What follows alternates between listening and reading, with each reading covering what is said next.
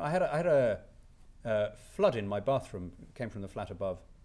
And the first thing that the guy when he came to do the quote, the first thing the plumber said is, insurance job this, sir, is it? And of course, how much he quoted for was dependent on my answer. So an insurance system isn't necessarily a perfect one. There are ways of making it also more responsive and keeping the costs down.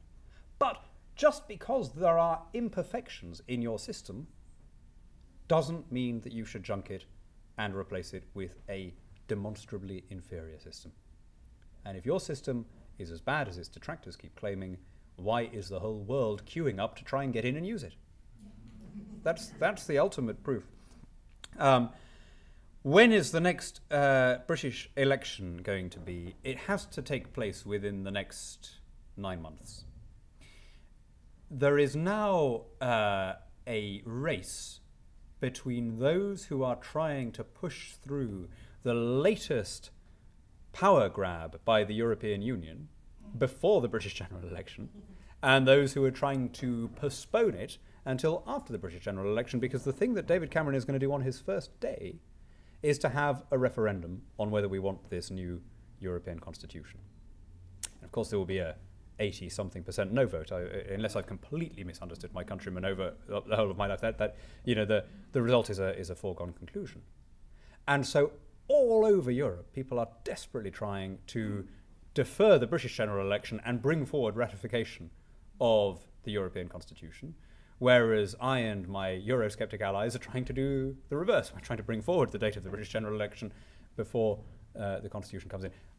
We're, of course, also trying to bring forward the date of the British general election because even while I've been talking to you, we're about another sort of $20 million in debt. So the quicker it happens, the better. We can't afford to carry on. Seriously, the most unforgivable thing is that our government is continuing to increase public spending this year, continuing to increase it, not fail to reduce it by enough. What are the gentleman whose grandfather was a doctor? You don't want to be in that situation. The alternatives are all bad once you end up in a British NHS type system. That is not to say that everyone is going to have a bad experience, right?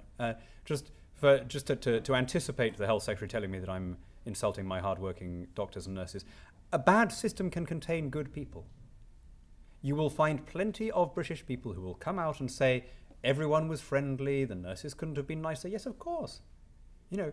Although a state-run system tends to demoralize its staff and tends to impoverish them as well, that doesn't necessarily mean that they stop being polite and they stop being caring and they stop trying to do their best, of course, because they're human beings and they have chosen the medical profession generally in the first place out of a desire to help their fellow creatures. Right? But the system fails to produce the kind of results that you would take for granted here. And if you could be plucked back to the place of your grandfather's birth and made to wait in an accident and emergency ward in Birmingham today, and if you could see the queues, the fending off of people, the lack of interest in what you as a patient want, I think you would be pretty shocked. You don't want to be where we are. Finally, how can the Conservatives mobilise Tea Party style? Your political system in the US has a number of unique and attractive characteristics that you may have become blasé about because it's human nature to take for granted that which is familiar to us. But very few countries have the emphasis that the US does on democracy, on the direct election of public officials. It is very unusual to have elected sheriffs and elected school boards and elected sanitation people and all the rest of it. It is incredibly unusual to have open primaries. Which, again, this may seem like a kind of obvious thing, but almost no other country in the world allows the general public to have a say in who the parties should pick as their candidates, which means that almost every other country in the world has most of the seats in the legislature reserved because they're owned by one party or another, and therefore, effectively, no one in those seats has a meaningful vote. And all of those things have created a political climate here where people expect to be able to effect change through the ballot box. That may seem such an obvious, banal thing for me to say, but believe me, it is not how people feel elsewhere. The most common complaint I get on the doorstep, any politician in Britain will tell you the same thing, whatever party he's from, is It doesn't make any difference how I vote. Nothing's going to change. And that's right. They're not being cynical. They are accurately appraising the condition of British democracy in the 21st century, because the decisions that most tangibly impact on them are not in the hands of their elected councillor or their elected MP or their member of the European Parliament, but are rather in the hands of the Child Support Agency, the Financial Services Authority, the Health and Safety Executive, the National Institute for Clinical Excellence, the Commission for Racial Equality, and 1,000 other quangos, agencies and executives stretching up to the European Commission. So our democracy has been diminished, and that's why we don't turn people out regular folk style for demonstrations, because people have become sullen and fatalistic and cynical. But let me end Reagan style on a positive note. Let me try and imbue the proceedings with a little bit of warmth.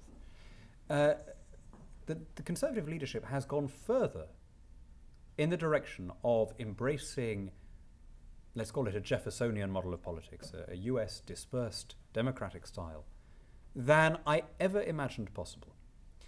About 8 months ago, I co-wrote a book called The Plan. And it's the same title as Rahm Emanuel's book, but mine has massively outsold his. If you Google The Plan, you get mine, not his. And in it, I proposed a series of political changes that would approximate some of the advantages that you have in the US. Local sales tax, elected sheriffs, open primaries, a whole bunch of these things.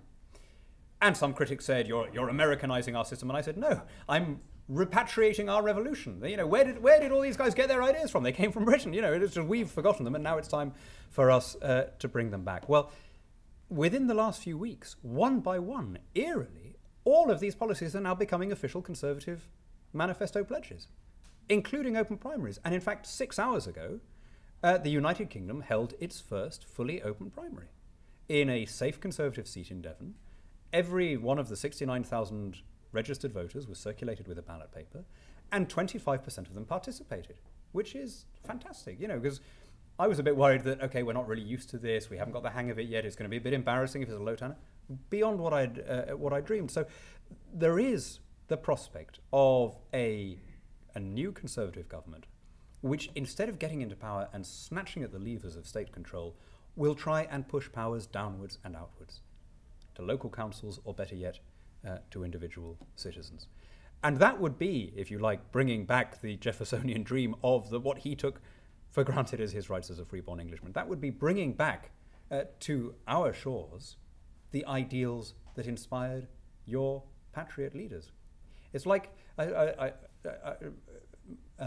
would have heard me say this in ALEC last month, it's like those grapes, those varieties of grape that were exported to California, and then they survived, and they were the only vines that survived when phylloxera wiped out all of the ancestral ones in Europe.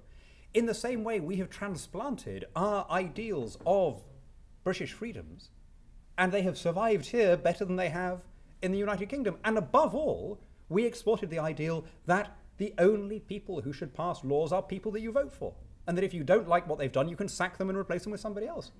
And that was my country's greatest gift to mankind. That was our best ever export.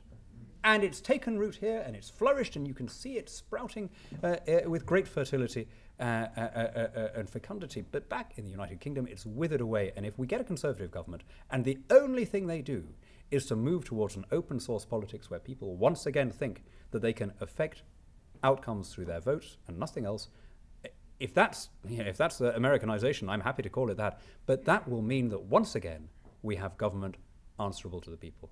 And whatever else happens, that will have been a great achievement. So I'm looking forward. We're going to have a Conservative government within the next 8 months. There is almost no scenario now where we don't win.